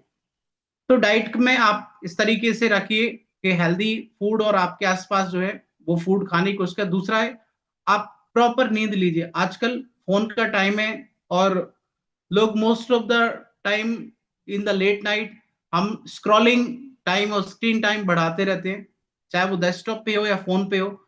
तो उससे क्या है कि ब्रेन को हमने कैप्चर कर रखा ऑलरेडी। सर ने अच्छा, तरुण सर ने ध्यान के ऊपर बताया कि आप किस तरीके से ध्यान को केंद्रित कर सकते हैं। तो उस टेक्निक को, सर के टेक्निक को आप फॉलो कर सकते हैं। और जब आपके पास, सर ने बताया जैसे कि आपको मन को अपना वो बनाना है, मन के बनना नहीं है, तो आप जैसे कोई रील्स इस तरीके के आजकल एआई सभी चीजों से बांध रहा है, तो आपको उसकी लत नहीं होना चाहिए कि आप फोन स्क्रॉलिंग कर रहे हैं और लेट नाइट या बहुत सारी देर तक आप उसको फोन को चला रहे। इससे आप प्रॉपर नींद नहीं ले पाएंगे।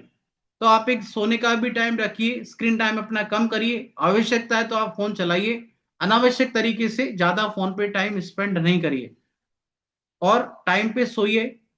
जब आप प्रॉपर तरीके से नींद लेंगे, क्योंकि हेल्दी लाइफस्टाइल को अडेप्ट करने के लिए नींद भी एक बड़ा कारण है। लोग प्रॉपर नहीं सोते हैं टाइम पर, तो उससे भी उनकी जो बॉडी की इंटरनल कार्य प्रणाली भी काफी डिस्टर्ब होती है, जिससे आपका सर्कुलेशन के साथ काफी सारी डिसीज डिसऑर्डर्स और इंसोमिया टाइप्स की जो नींद कम लेने से माइग्रेन, इस तरीके की समस्या धीमे धीमे अडेप्ट हो जाती है, तो उससे जुड़ी फिर और भी समस्याएं फिर लाइनअप होना स्टार्ट हो जाती है। दूसरा है कि आप कोशिश करिए कि तनाव, स्ट्रेस को मैनेजमेंट करके रखें। आप योग को अपनाएंगे तो ऑटोमेटिकली धीमे धीमे स्ट्रेस आपके लाइफ से जाने लगेगा। और नेक्स्ट जो रीजन है, नेक्स्ट जो पॉइंट्स है आपके हेल्दी लाइफस्टाइल को अडॉप्ट करने का, एक बड़ा और भी रीजन है कि आप आज के टाइम पे लोगों में कॉन्फिडेंस की कमी है। किसी भी कार्य को करने के लिए हमको कॉन्फिडेंस की आवश्यकता है। अब कार में आपकी लाइफ भी आती है, हम जो जी रहे हैं उसमें लाइफ भी अगर आपकी सोच नेगेटिव हुई तो आप बहुत सारे लाइफ के गोल से आप दूर हो जाओगे, आप उनको अचीव नहीं कर पाओगे, क्योंकि आप पहले से ही उस चीज के प्रति, चाहे वो हम अपनी हेल्थ के प्रति देखें या किसी गोल्स के प्रति देखें, तो आपको सोच जो है वो अपनी पॉजिटिव रखना पड़ेगी। आप अपने सोच को बदलें धीमे धीमे। ऐसा नहीं कि एक दिन ही इसका कोई स्विच नहीं कि आपने आज ऑन कर दिया और कल से आप पॉजिटिव सोचने लगे। ये आपके व्यवहारिकता में लाना पड़ेगा आपको। आपके अपने सराउंडिंग जो आपका सर्कल है, उस सर्कल को आपको थोड़ा बहुत चेंज करना होगा। उसमें कोई नेगेटिव काइंड्स लोग तो उनसे आपको थोड़ा दूरी बनाने की आवश्यकता पड़ेगी। तो इस तरीके के आप बदलाव लेके आए, अपने सोच को पॉजिटिव रखें।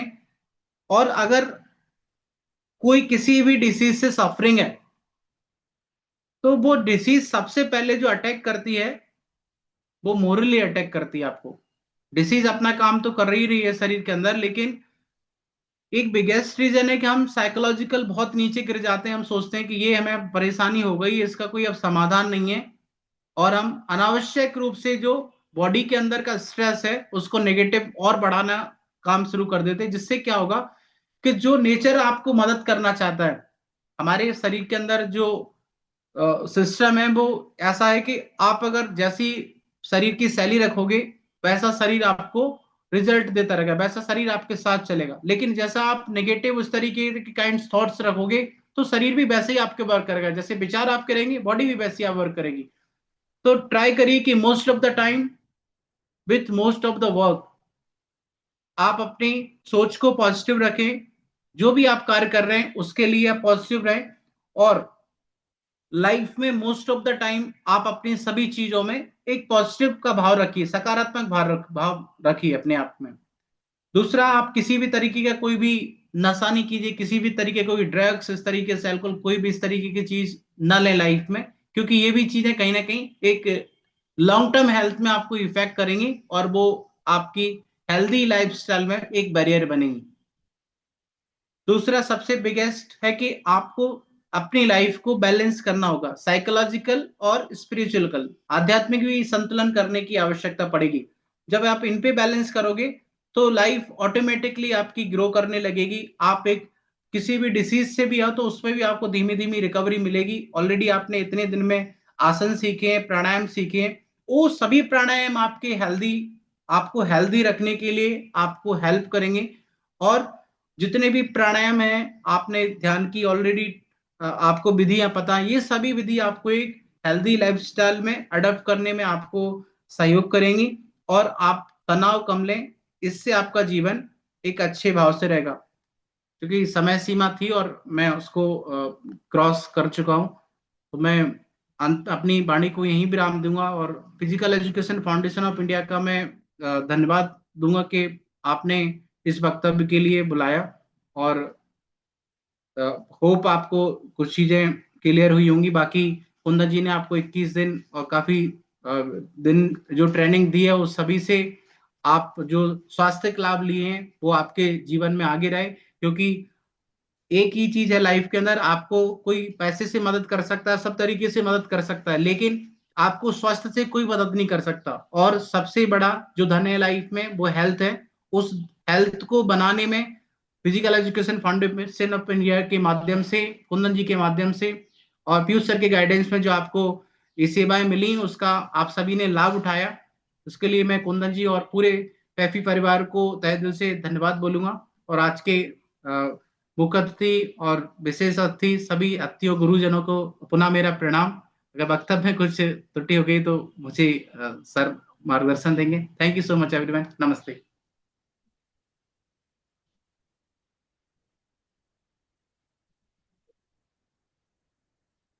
बहुत बहुत धन्यवाद योगेंद्र सर आपका, आपके इस मार्गदर्शन के लिए।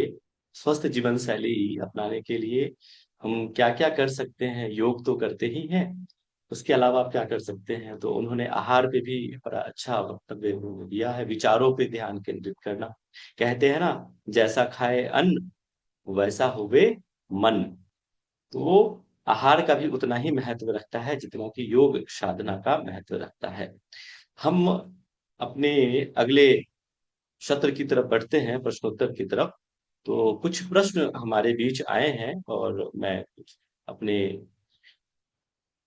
जो हमारे मुख्य अतिथि हैं, मैं चाहूंगा कि उन प्रश्नों को भी आप लें हमारे बीच। उनका प्रश्न एक आया था ठीक, कुंदन जी शुरू करते कि हैं। एक एक प्रश्न है दुर्गा रानी जी का।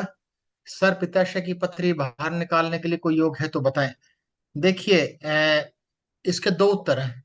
पहला उत्तर तो ये है, जो सभी के लिए है, केवल प्रश्न जिन्होंने प्रश्न पूछा उनके लिए नहीं, कि कोशिश करनी चाहिए हमें योग को प्रिवेंशन पर्पस से अभ्यास करना चाहिए। रोकथाम के लिए पूरी तरह उसके एक रोग निवारण के लिए पूर्णतः उस पर निर्भर नहीं रहना चाहिए, मेरा व्यक्तिगत मत है, और बड़े बड़े प्रगाढ़ विद्वानों ने भी कहा है इस बात को। तो प्रिवेंटिव मेजर तो बहुत अच्छा है, लेकिन कोई ऐसी डिजीज या ऐसी बीमारी है कि पूर्णतः आप चाहें कि पूर्णतः हम योग के माध्यम से उसका उपचार करना चाहें, कुछ ऐसे हैं, कुछ व्याधियां ऐसी हैं।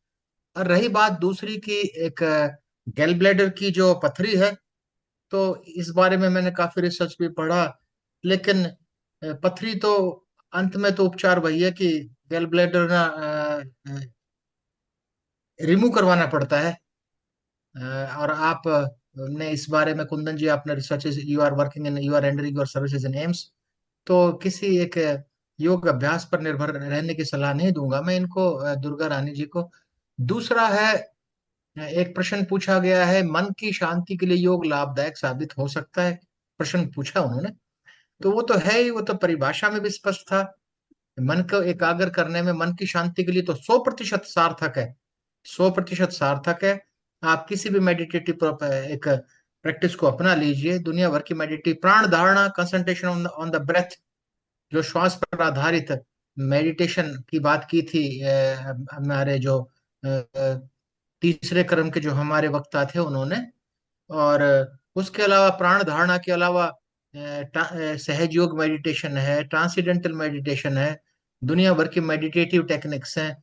ये पक्की बात है कि आप किसी भी एक सही प्रक्रिया के साथ किसी भी मेडिटेटिव प्रैक्टिस का, किसी भी ध्यानात्मक अभ्यास को अपनाएंगे तो 100% आपका मन शांत होगा। ये तो it is also revealed by the research studies, prove हो चुका है, ये बात ठीक है।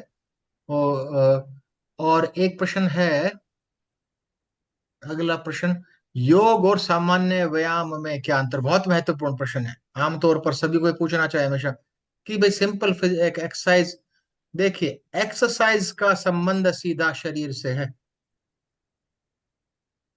और फॉर एग्जाम्पल, जैसे एग्जाम्पल लेते हैं सूर्य नमस्कार का।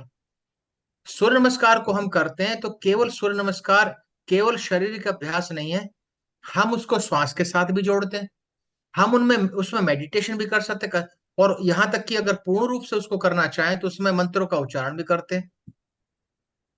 और उसके बारे में बड़े प्रगाढ़ विद्वानों ने कहा है कि Surya Namaskar starts from a simple exercise and leads to the sadhana, कि सामान्य व्यायाम से लेकर साधना तक पहुंचाने की जर्नी, यात्रा है सूर्य नमस्कार। तो व्यायाम केवल से शारीरिक लाभ होंगे, लेकिन इससे जो बार बार हम मन की बात कर रहे हैं, मन की बात कर रहे हैं, आत्मा की बात कर रहे हैं, that is core, that is our root, that will we will carry for ever. भाई हम योग में, स्पष्ट योग में नहीं, वैसे भी हर जगह हर व्यक्ति विशेष को पता है कि शरीर तो नष्ट हो जाना, आत्मा एक नष्ट नहीं हो सकती, we will carry for ever. तो आत्मिक विकास के लिए, मन के नियंत्रण के लिए, तो ये योग और व्यायाम के बीच में तो बहुत गहरा अंतर है। तो केवल शारीरिक अभ्यास नहीं है, बहुत गहनता है उसमें। और कोई प्रश्न है? एक प्रश्न था मुझसे क्या। मुझसे अच्छा ये मित्र सेन जी मौर्य का जो प्रश्न है, क्योंकि हमारे जो वक्ता हैं वो मुझसे ज्यादा एसोसिएटेड है न्यूट्रिशन पर। योग और भोजन के साथ संबंध कैसा होना चाहिए, योगी जी बहुत अच्छा बता पाएंगे इस बारे में।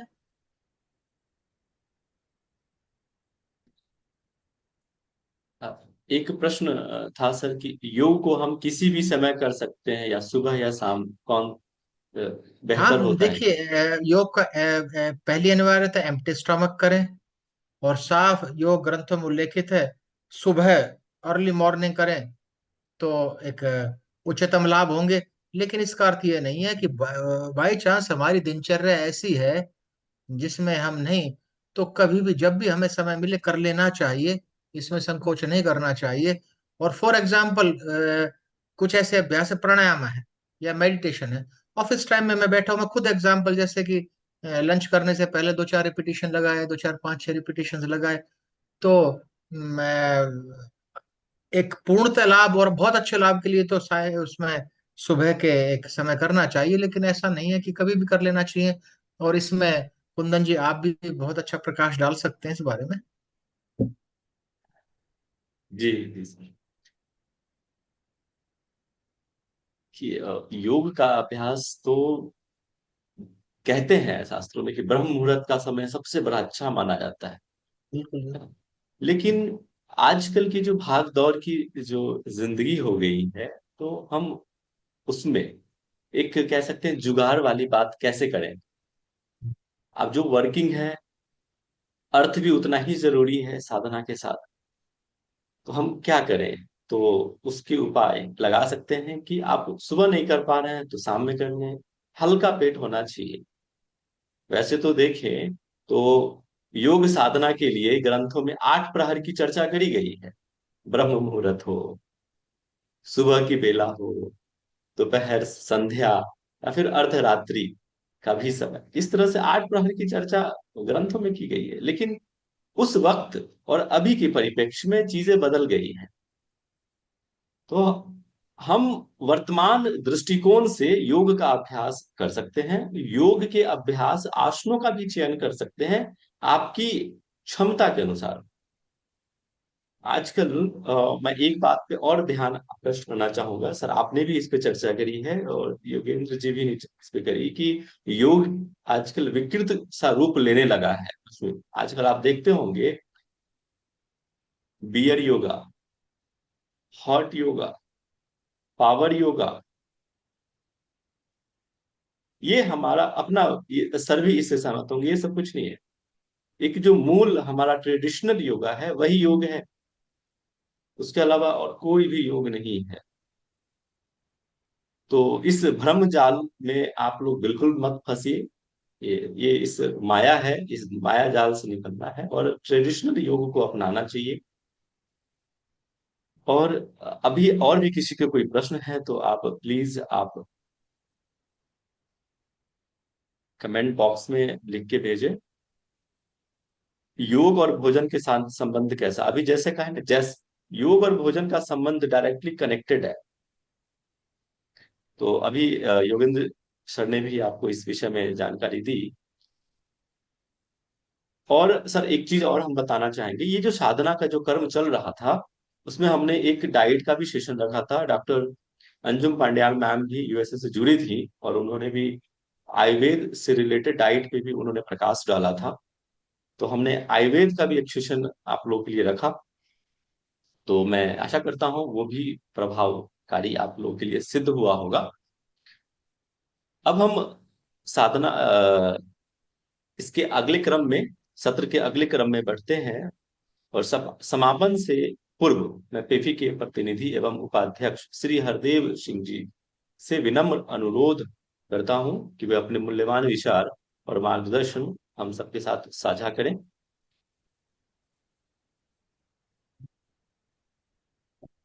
श्री हरदेव। आदरणीय मुख्य अतिथि, विशिष्ट अतिथिगण, सम्मानित वक्तागण एवं देश से सभी प्रतिभागियों को मेरा सादर प्रणाम, नमस्कार। आज अंतर्राष्ट्रीय योग दिवस के इस विशेष अवसर पर आयोजित योग साधना वेबिनार मैं आप सभी की सहभागिता के लिए मैं physical education foundation of India की तरफ से हार्दिक धन्यवाद एवं शुभकामनाएं प्रेषित करता हूं। पैफी एक शारीरिक पैफी राष्ट्रीय खेल प्रोत्साहन संगठन है जिसे युवा कार्यक्रम एवं खेल मंत्रालय द्वारा भारत सरकार द्वारा मान्यता प्राप्त है। हमें गर्व है कि खेल शारीरिक शिक्षा, फिटनेस एवं जन जागरूकता के क्षेत्र में उत्कृष्ट कार्यों के लिए पैफी को भारत सरकार द्वारा वर्ष 2024 को प्रतिष्ठित राष्ट्रीय खेल प्रोत्साहन पुरस्कार प्रदान किया गया।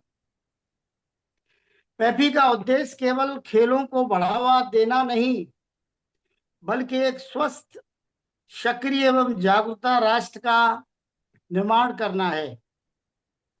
इसी उद्देश्य को लेकर हम वर्ष भर विभिन्न राष्ट्रीय एवं अंतर्राष्ट्रीय अवसरों पर वेबिनार, सम्मेलन, कार्यशालाओं एवं जन जागरूकता कार्यक्रम आयोजित करते रहते हैं। विश्व एथलेटिक दिवस, अंतर्राष्ट्रीय योग दिवस, फिटनेस इंडिया अभियान, एंटी डोपिंग,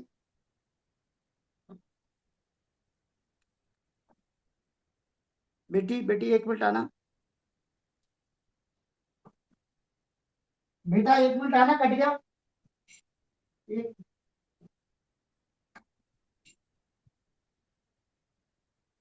सर आ रही है, आपकी आवाज आ रही है, स्पष्ट आ रही है आवाज आपकी।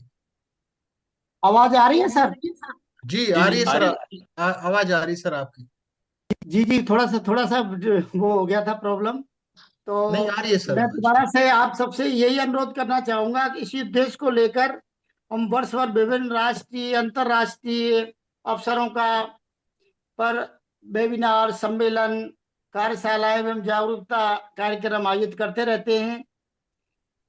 विश्व एथलेटिक दिवस, अंतर्राष्ट्रीय योग दिवस, ओलंपिक दिवस, राष्ट्रीय खेल दिवस, फिट इंडिया अभियान, एंटी डोपिंग जागरूकता कार्यक्रम तथा अनेक युवा खेल महोत्सवों का के माध्यम से हम देश के युवाओं, शिक्षकों, प्रशिक्षकों एवं खेल प्रेमियों को एक साझा मंच प्रदान करते हैं। आज पैफी परिवार का देश में लगभग सभी राज्यों एवं केंद्र शासित प्रदेशों में फैले हुए 1 लाख से अधिक मेंबर हैं। सदस्यों का सशक्त नेटवर्क हमारा बन चुका है। ये हमारे संगठन की बढ़ती स्वीकार्यता, विश्वास और राष्ट्र निर्माण के प्रति हमारी प्रतिबद्धता का प्रमाण है।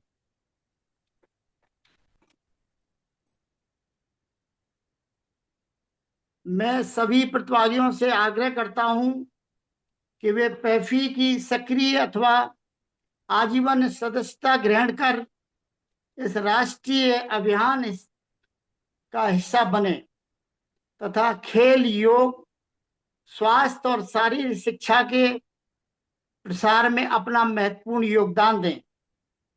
अतः मैं अंतर्राष्ट्रीय योग दिवस पर, इस पावन बेला पर आप सभी के उत्तम स्वास्थ्य एवं मानसिक संतुलन और उज्जवल भविष्य की कामना करता हूं। इन्हीं शब्दों के साथ आप सबका धन्यवाद। आपने सबने भाग लिया वेबिनार में। शायद इन्हीं शब्दों के साथ मैं सुन रहा था अपने तारिक सर को, तरुण सर को, योगी भाई को, सबने बहुत अच्छा बोला। राजीव चौधरी साहब ने भी बहुत अच्छा बोला। इन्हीं शब्दों को सुनते हुए मुझे बहुत अच्छा लगा और इन्हीं शब्दों के साथ मैं आप सबका धन्यवाद पैफी की तरफ से देता हूं। आपका उपाध्यक्ष हरदेव सिंह। धन्यवाद। जय हिंद। बहुत बहुत धन्यवाद सर, हरदेव सर। आपका भी स्नेह मुझे बार बार समय समय पे मिलता रहता है। अब हम कार्यक्रम के अगले सत्र में बढ़ते हैं। पेफी एक पूरे देश में योग शिक्षकों को जोड़ने का काम कर रहा है। आप भी इस पेफी के से जुड़ सकते हैं। तो आपको इसके डिटेल्स और लिंक्स आपके ग्रुप में, इसी ग्रुप में आप बने रहेंगे। कोई भी कार्यक्रम होता है तो उसकी भी सूचना आपको इसी ग्रुप में मिलती रहेगी समय समय पर।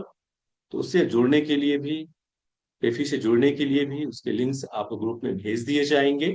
उसकी सदस्यता प्राप्त करने के लिए लिंक आपको ग्रुप में भेज दिए जाएंगे। फीडबैक फॉर्म आप तक पहुंच गए होंगे अभी तक, मैं आशा करता हूं ग्रुप में डाल दिए गए हैं। आप फीडबैक फॉर्म भी आपको भरना है। कैसा आपको अनुभव हुआ आज का, और 21 दिवसीय साधना सत्र का अनुभव आप हमारे साथ साझा करेंगे, ताकि हमें और बल मिलता है ऐसे कार्यक्रम करने के लिए। Positive and negative feedback always welcome. समापन की तरफ हम बढ़ते हुए, आज उपस्थित मैं सभी मुख्य अतिथि, विशिष्ट अतिथि, प्रतिष्ठित वक्ताओं का अपने हृदय से धन्यवाद व्यक्त करता हूं। फीडबैक फॉर्म ग्रुप में सेंड हो गया है। आप प्लीज, कोई भी आपको, रेगुलर क्लासेस भी हमारी चलती रहती हैं। तो अगर आपको रेगुलर योग क्लास की जानकारी चाहें तो आप मुझसे भी संपर्क डायरेक्ट कर सकते हैं। हमारे नंबर आप तक ऑलरेडी हैं। एक बार फिर से आप सभी का अभिनंदन। आपने इस वेबिनार में जुड़ा और अपनी भागीदारी सुनिश्चित की। आप सभी का हृदय से धन्यवाद। थैंक यू एक सर। बड़ा ही रोचक प्रश्न आया है। एक्चुअली ये प्रश्न एक मेरा भी है, और इस समापन से पहले एक अंतिम प्रश्न हम लेंगे राजीव सर से, क्योंकि उनका मैंने कई सारे वक्तव्यों में कोशों की चर्चा हमने सुनी है। तो एक प्रश्न सर, आप, रिक्वेस्ट है कि एक प्रश्न आया है, और समापन से पहले एक प्रश्न ले लेते हैं और फिर हम समापन करेंगे कि योग में पंचकोश क्या होता है। इस बार एक बार मुझे समझा दे, तो शॉर्ट में सर, ब्रीफ में 2 शब्द आप पंच प्लीज। पंच पंचकोश। अगर पंचकोश की बात करें तो पंच, इसका अर्थ है पांच। पंच मीन्स पांच। कोश का मतलब होता है लेयर्स, परतें। तो हमारे योग में उल्लेखित है कि पंचकोश मीन्स वी हैव 5 शेथ्स। लेकिन कुछ ग्रंथों में 3 लेयर्स की बात की गई है और एक लेयर की 3 उप परतें हैं, तो 5 कोश बताए गए हैं। पहला कोश है अन्नमय कोश।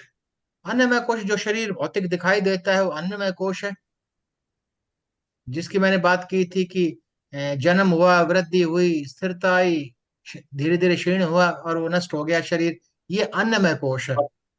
और दूसरा है सूक्ष्म शरीर है। सूक्ष्म शरीर मीन्स एस्ट्रल बॉडी। वो अन्नमय कोश है, फिजिकल बॉडी से। अन्नमय कोश का मतलब फिजिकल बॉडी, वो फिजिकल बॉडी से जुड़ी है। जिस दिन कट हुआ उस दिन दैट डिपार्ट, उसको लगा, एस्ट्रल बॉडी को लगा कि फिजिकल बॉडी मेरे रहने लायक नहीं बची है, अब ये जा चुकी है। उस दशा में दैट डिपार्ट्स। और जो एस्ट्रल बॉडी है, जो कनेक्टेड है फिजिकल बॉडी से, उसकी 3 उपरतें हैं।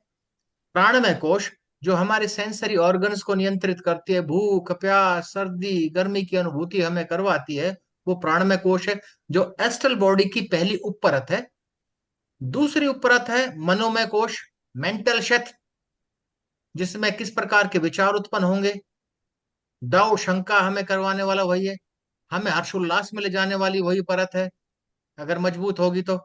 डिल्यूजन, हमें भ्रम में रखने वाली भी वही वही परत है। और एक इसी की तीसरी, एस्ट्रल बॉडी की, सूक्ष्म शरीर की तीसरी उपपरत है इंटेलेक्चुअल शेथ, विज्ञान में कोश। वो निर्णय लेती है, जजमेंट लेती है, और अगर ये मजबूत नहीं होगी तो इंडिविजुअल सही और गलत को नहीं पहचान पाएगा, सही को गलत पहुंच समझेगा, गलत को सही समझेगा, अच्छे निर्णय जीवन में नहीं ले सकता। और आवर ईगो रिजाइड्स, हमारा जो एक अहंकार है, अगर मनोविज्ञान की भाषा में बात करें तो वो रिजाइड करता है हमारे इंटेलेक्चुअल क्षेत्र में। और जो मेन तीसरी या वैसे पांचवी कहें, देखिए मैं दोबारा दोहरा रहा हूँ, कुछ किताबों में आपको 3 लेयर्स मिलेगी, या 5 पंच कोशों की बात करेंगे तो हम 4 कोशों की बात कर चुके हैं। पहले मेन कोश की, अन्नमय कोश की, फिजिकल बॉडी की, दूसरे एस्ट्रल बॉडी सूक्ष्म शरीर की, जिसके 3 परतें थी, उप परतें थी, जिसकी अभी चर्चा हुई है, प्राण में, मनोमय, विज्ञान में। और जो पांचवी या तीसरी मुख्य लेयर हम कहें, थोड़ा समझने में आसानी रहेगी, तो वो है कॉजल बॉडी, कारण शरीर, आनंदमय कोश, that is a seed body, सबसे महत्वपूर्ण है। और डेवलपमेंट ऑफ रिमेनिंग 2 बॉडीज, हमारा अन्नमय कोश और हमारी एस्ट्रल बॉडी कितनी मजबूत होगी, दैट डिपेंड्स ऑन अवर आनंदमय कोश। और ये है कि आनंदमय कोश की बात करें, कॉजल बॉडी की मीन्स हमारा हर एक्शन, हमारा प्रत्येक कर्मा अचेतन मन की गहराई में संग्रहित है। हम कहते हैं कि बीज बोए आपने बबूल के, चंदन की अपेक्षा हम करते हैं। तो वही समझिए कि हमारे कर्म हमारे बीज है, जो कि उसी तरह के परिणाम आएंगे, और ये साइकिल, ये चक्र चलता रहेगा। तो 4 है कि अन्नमय कोश, प्राणमय कोश, मनोमय कोश, विज्ञानमय कोश और आनंदमय कोश, ये पंच कोशाज की बात है। तो कुल मिलाकर निष्कर्ष क्या निकले? निष्कर्ष ये निकले कि हम अपने निष्कर्ष निकाले ना पंच कोशों का, तो जो हम अपने कर्मों को ठीक करें, बीज को अच्छा करें, सीड बॉडी को अच्छा करें, और दूसरा मजबूत करें खासकर शिक्षक और विद्यार्थी को मनोमय कोश और विज्ञानमय कोश को, क्योंकि विचार किस प्रकार के उत्पन्न होंगे मनोमय कोश का मजबूती पर निर्भर करेगा, और एक इंटेलेक्चुअलिटी निर्भर करेगी विज्ञानमय कोश के आधार पर। तो कुल मिलाकर ये है। और योग अभ्यास, मेडिटेशन के माध्यम से वी में डेवलप और इनर कोर कॉम्पिटेंसी, चाहे विज्ञान में कोश हो या मन में कोश को मजबूत हम करते हैं। तो ये बात थी, संक्षिप्त में थी पंचकोशास की बात। कुंदन जी। बहुत बहुत धन्यवाद। मैं आशा करता हूँ नीराला जी को आपके प्रश्न के उत्तर मिल गए होंगे।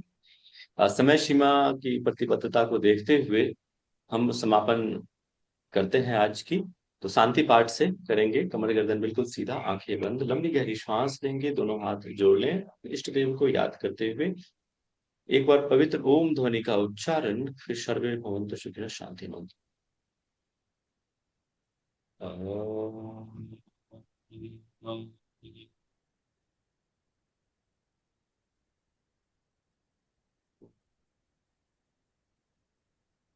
सर्वे भवन्तु सुखिनः, सर्वे सन्तु निरामया, सर्वे भद्राणि पश्यन्तु, मा कश्चित् दुःखभाग् भवेत्।